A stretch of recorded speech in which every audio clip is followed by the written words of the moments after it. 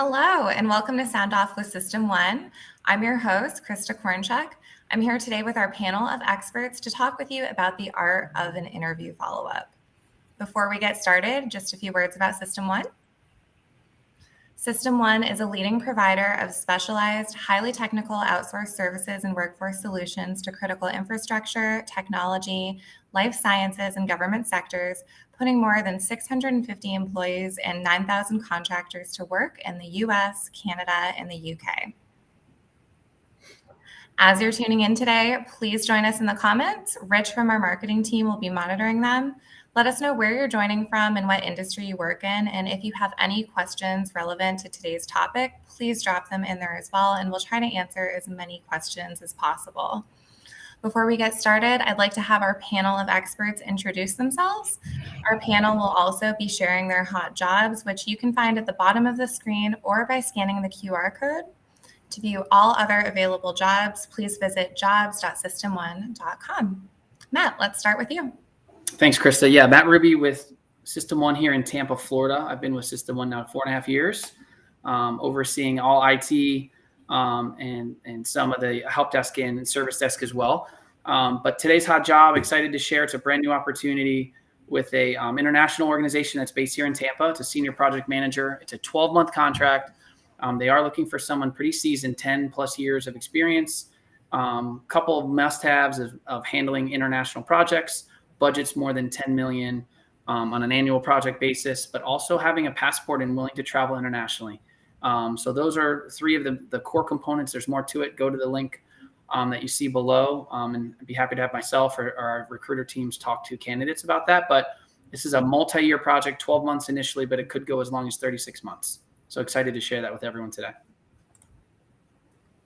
Hi, good afternoon. My name is Andrea Mantia. I work as a project coordinator at ALTA IT Services. My hot job today is a business development manager for our Rockville, Maryland office. We're looking for someone with 2 or more years of IT staffing sales experience, and feel free to message me on LinkedIn or apply to the job posting directly, and I will get in touch with you.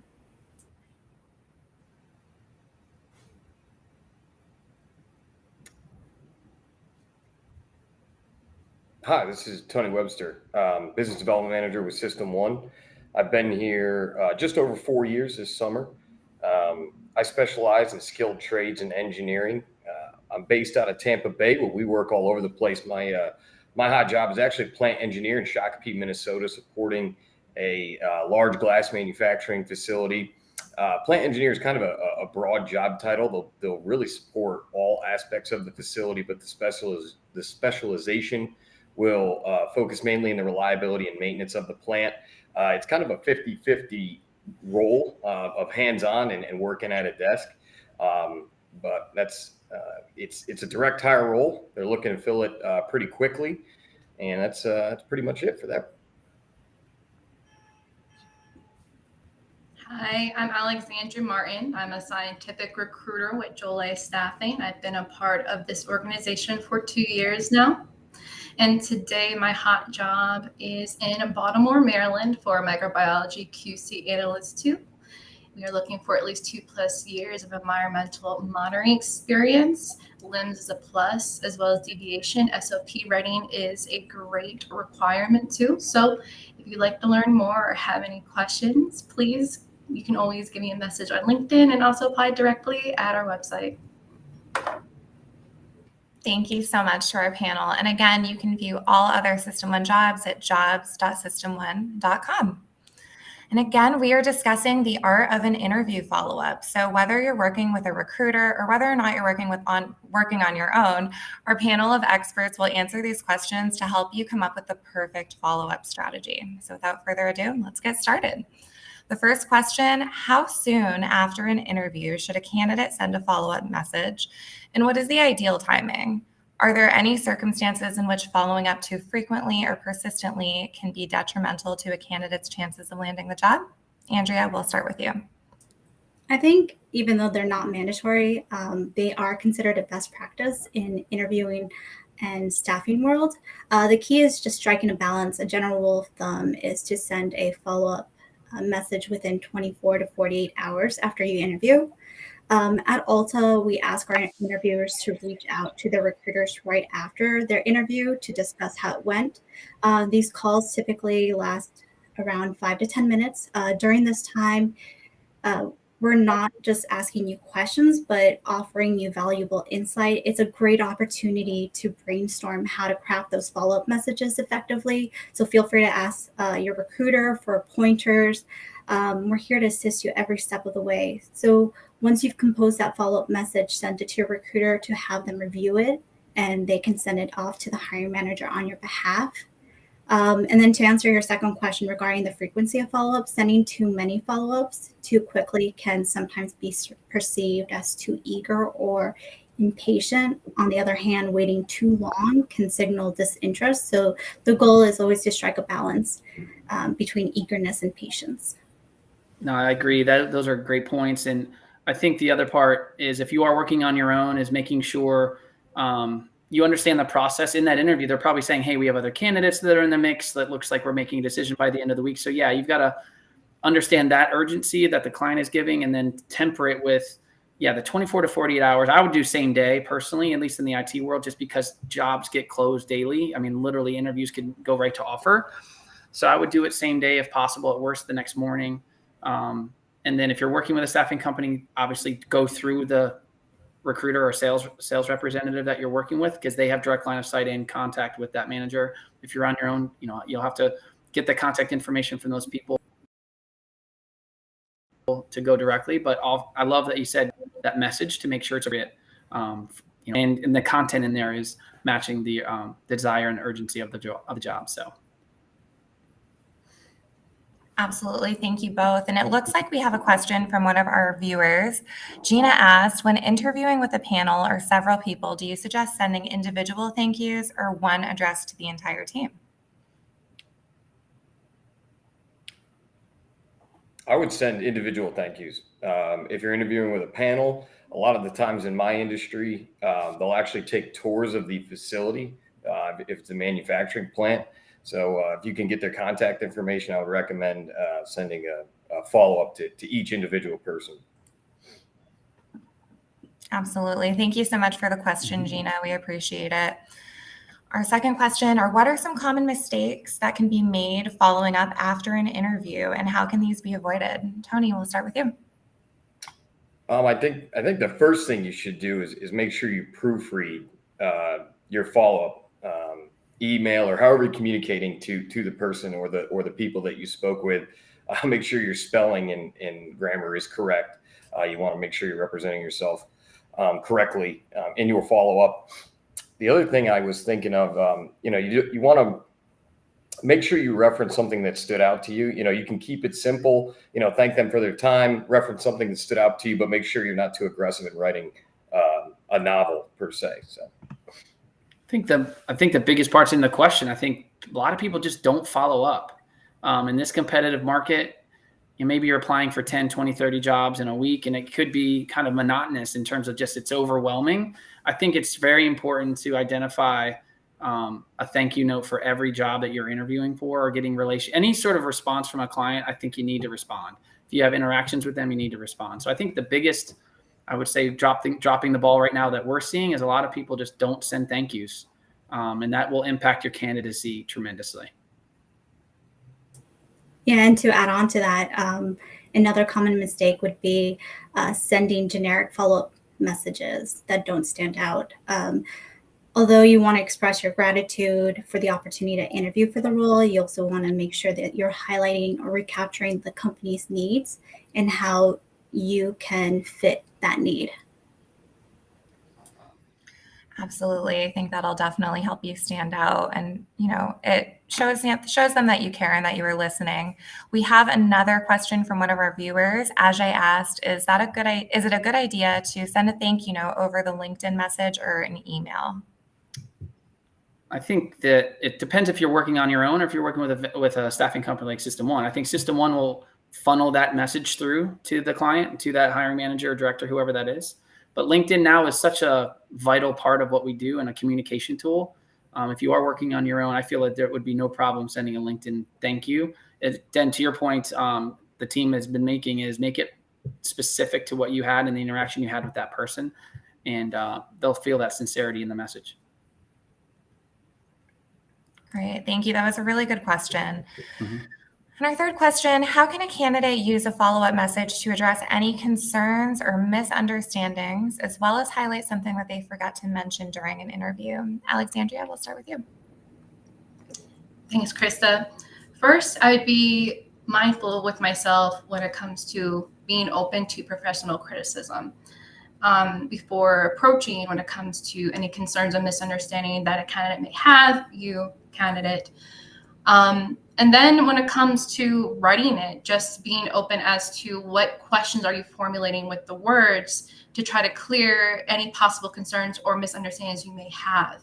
And being open to receive that professional criticism, their critique or tweak anything that you're looking for to improve. I think it happens commonly, at least a lot of our software engineers or developers get into multi-level interviews, testing, whiteboard sessions, so that it's easy to kind of get caught off guard or maybe not answer the question to the best of their ability. So also, obviously bringing something to write down and putting notes, that's important in an interview. Then you can address it directly and specifically. And then I feel like that also shows, hey, interviews are nerve wracking. Like a lot of times, even coming on this, like we get nervous coming on this to talk to people about this, and we do it every day. People aren't interviewing all the time, so they're nervous. And so your brain might be firing on that question. So you could address it, show that you did know the answer, and make sure you format it in an appropriate manner. And I feel like that's not a negative. I feel like that is actually a positive of your interest in that opportunity. It's a lot of great insight. And I love the idea of taking notes. I feel like we often, come up with more talking points after the fact. So that's great advice. What should a candidate do if they don't receive a response to their initial follow-up message? Andrea, start with you. Thank you. If you're interviewing on your own, don't worry. It could happen for various reasons. It's perfectly acceptable to send a polite follow-up reminder after a week or two, just to express that you're continued to be interested in the opportunity and eager to move forward with the interview process. Sometimes delays are due to internal factors beyond our control. Yeah, that's a good point. And obviously, if you're talking about maybe as a follow-up to an interview, is asking, hey, what's the timeline? And then, how many other candidates are involved in the interview process? So you might be able to gauge, you might wait a week, Andrew, to your point, but that job might be filled. So, those are things you've got to really get the temperature, the urgency of the client. I think sending it in the first 24 hours and then, another 48 hours, if you don't hear anything, I think that would be acceptable follow-up to them again. But I would keep it frequent, but not daily. So that would be my recommendation there. Yeah, if you're working with a recruiting partner, a lot of the times you can leverage them. Hey, I sent a nice thank you email for their time and a follow-up to the interview. I haven't heard back. Are you able to assist me with some follow-up? So maybe they can provide more detail around that. But that's one of the benefits of partnering with a staffing firm.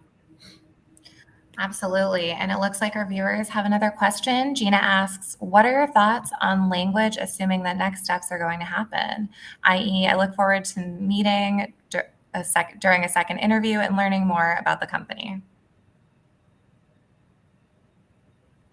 I mean, I love it. I think it's fantastic. I feel like that would mean, hey, I did well. I showed myself to the best of my ability. It seemed like we got along and had good rapport. So, the assumptive thank you is something that I know even on our, when we're going client to client, that's something that we use and leverage that based on an initial meeting or interaction. So I would vote for that rather than, some less, I would say, direct or confident response. Absolutely. And I think it shows that you're excited about the job. Yeah. Is it appropriate to ask for feedback on your interview performance during a follow-up? And if so, how should this be done? Tony, we'll start with you. For me personally, I don't think there's any issue with it. I'm always open to constructive criticism or feedback. I would like to know where I stand. Hey, how did I represent myself? Or how did you feel I represented myself? And are there any improvements I could make at the end of the day? You're looking for a job. If this one might not work out, I would like to be able to improve in my next interview process. So that's kind of the way I would approach it. Absolutely. And one thing I kind of want to add with what Tony said was being curious as to what details would you like to improve on your performance when it comes to either maybe your metrics, or how the metric would be seen. How can you possibly improve in the future when it comes to any weaknesses that you've discussed in the interview that you have no problem being open about, along with your strengths. And also too, just when it comes to just being open when it comes to, I'm okay to make mistakes. It's part of the success in the process. How can I succeed with this company to grow together? Mm-hmm. Definitely. I think it shows that you treat everything like a learning experience as well, which is a really, really great attribute. What are best practices for following up after multiple rounds of interviews for a final interview? Matt, we'll start with you. I think if you can, get a synopsis in that final note, maybe address specific questions that you had. I know I'm just specifically speaking to IT, but 3, 4, 5 people is not an uncommon interview process of people that you're going to interact with. So I think if you thank them all, I always am big on calling them by name and something specific. I think, Tony, you mentioned that before, very address each person individually. Again, that shows interest. It shows detail. It shows that you're actually listening and not just hearing. I think those are two different things. So I just feel like that's going to separate you the more that you're able to be granular and specific with that client. Absolutely. Kind of wanted to add here too, I like to call it Ford's family, occupation, recreation, and dreams. And when it comes to standing out, if you were maybe talked about something where you and the interviewer related on something with a family relationship, or even an occupation skill set comparison, and adding that as well as adding authenticity, and when it comes to appreciation into the gratitude, which is the best attitude to have when it comes to a follow-up. Great. And can you offer advice on how to maintain professionalism and positivity in follow-up communications, even if the outcome is not favorable? Andrea, we'll start with you. Pretty much what Alexandra mentioned, I would express gratitude for the chance to interview, and you can do that in an authentic way. Acknowledge their decision if it was not favorable, and just express your interest in future opportunities, demonstrating just the positivity in that follow-up message, even though the outcome is disappointing, can lead a lasting impression. Yeah, to that point perfectly. I think I just put someone to work 5 months ago that interviewed for the same manager 7 or 10 years before. And he handled that with grace, and he handled that negative feedback with a thank you for your time. Really appreciate it. Maybe our paths will cross again in the future. Funny thing was, it did. He's now a VP. The candidate went from a developer to a manager, and that interview went very, very well. But he wouldn't have taken that interview, because we talked about it, if he had acted poorly in the years past. So you never know. IT is a small world. It's a small network of people, regardless of how big the country is. You just never know when your paths are going to cross. So yeah, if you treat it with grace and with humility, I think you're going to obviously have more opportunities down the road as well. Yeah. To Matt's point, now that you've interviewed with that person, had a chance to meet them, they're a part of your network. And unfortunately, you might not get every job you interview for. I'm sure a lot of people have experienced that. But if you thank them for their time and now they're a part of your network, you never know if we've had situations where a candidate will interview and, hey, this job isn't the perfect fit for you, but we have another role that is. Or maybe they know someone that works in the same industry, and hey, this one isn't a good fit, but I know someone that could use someone like you. So it also is a chance to expand your network and impact in a different way. So. And Tony, might be other groups, right? Depending on the size of the company. Hey, you're not perfect for my organization, but you might be better over in distribution or supply chain. So that's the other part. The better you handle yourself in every interaction, the doors will open. Absolutely. And speaking of expanding your network, what role does LinkedIn play in post-interview follow-ups, and how can candidates leverage these effectively? Matt, we'll start with you. Yeah, I think you would hopefully, when you interview with someone, you're going to send them a LinkedIn, be in your network at the follow of an interview. I think that would just be kind of standard operating procedure. And that would open up opportunities to communicate. I just feel it's such a valuable tool. Dating myself, when I started 16, 17 years ago, LinkedIn was new, right? And it was all, you even had landlines. So, everyone wasn't necessarily fully on cell phones. So it's a different world now. Leveraging that tool is vital to your success and to your longevity in the industry. Yeah, I think one of the viewers kind of touched on this earlier. So many people communicate and find jobs via LinkedIn. To Matt's point, I think sending a connection request with anyone that you did have a chance to meet and adding to your network is beneficial. And then, communicating and with follow-up interview interview follow-up via LinkedIn, there's no issue with that. And it can actually add a little bit of a personal touch. Agreed with both of you.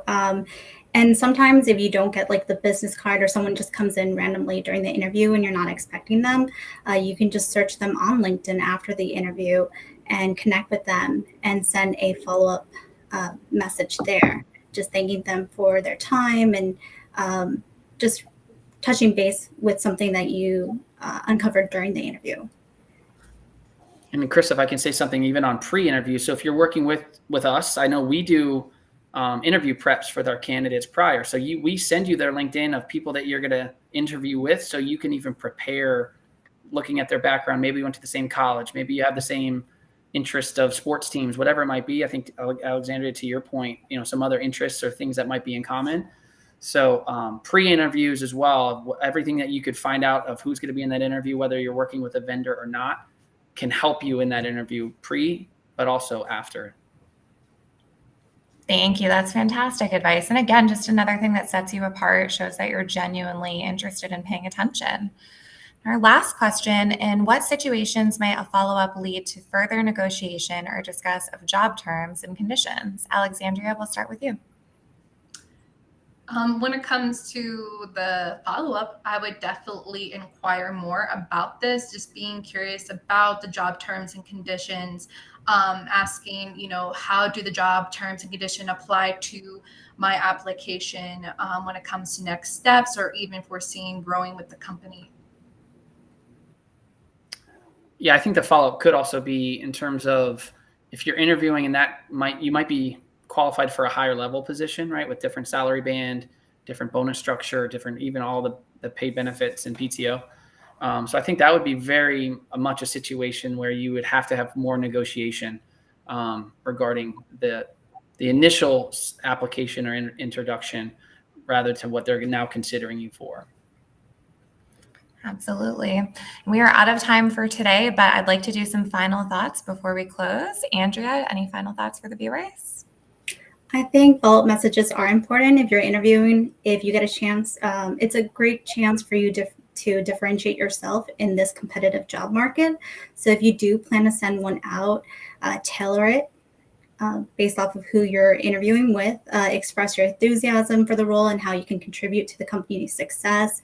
If you're doing it through LinkedIn by any chance, make sure that your profile is ready, it's professional, that you are sharing information that is professional as well.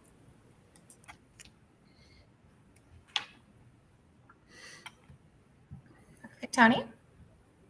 For me personally, I think just keep it simple. Thank you for your time.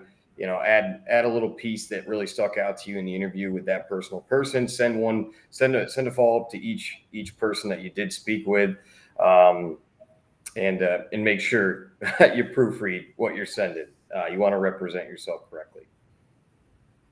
Yeah, you figure more than over half the candidates are not sending thank you notes, right? So that could eliminate half of your competition on average. So write it, make sure it's, to your point, appropriately written in format and structure and grammar, and get it over there in a timely manner. And I feel like that will definitely increase your chances against other competitors that you're interviewing against. Absolutely. And my takeaway here today is be authentic when it comes to your thank yous and showing that gratitude, because it truly goes a long way. Even if, hey, that is a loss in the instant gratification, doesn't mean that it will be in the future. So networking is key, being creative when it comes to formulating those words to extend that gratitude for people to invest that time that day with you to interview and get to know you regardless of what the outcome is of the job. Absolutely. It's a marathon, not a sprint. Thank you so much to our panel. That was some great advice. And thanks to everyone that commented. We had some great questions today. Don't forget to follow System 1 on LinkedIn if you're not already. By following us, you are automatically entered to win our contest, and you can win the Oculus Quest too. Also, subscribe to our YouTube channel and make sure you tune in every first and third Friday at 2 p.m. for more job seeker topics. Our next Sound Off with System 1 live stream is going to be Friday, October 6th at 2 p.m., and we'll be discussing how to set the stage for a successful job search. We'll see you then.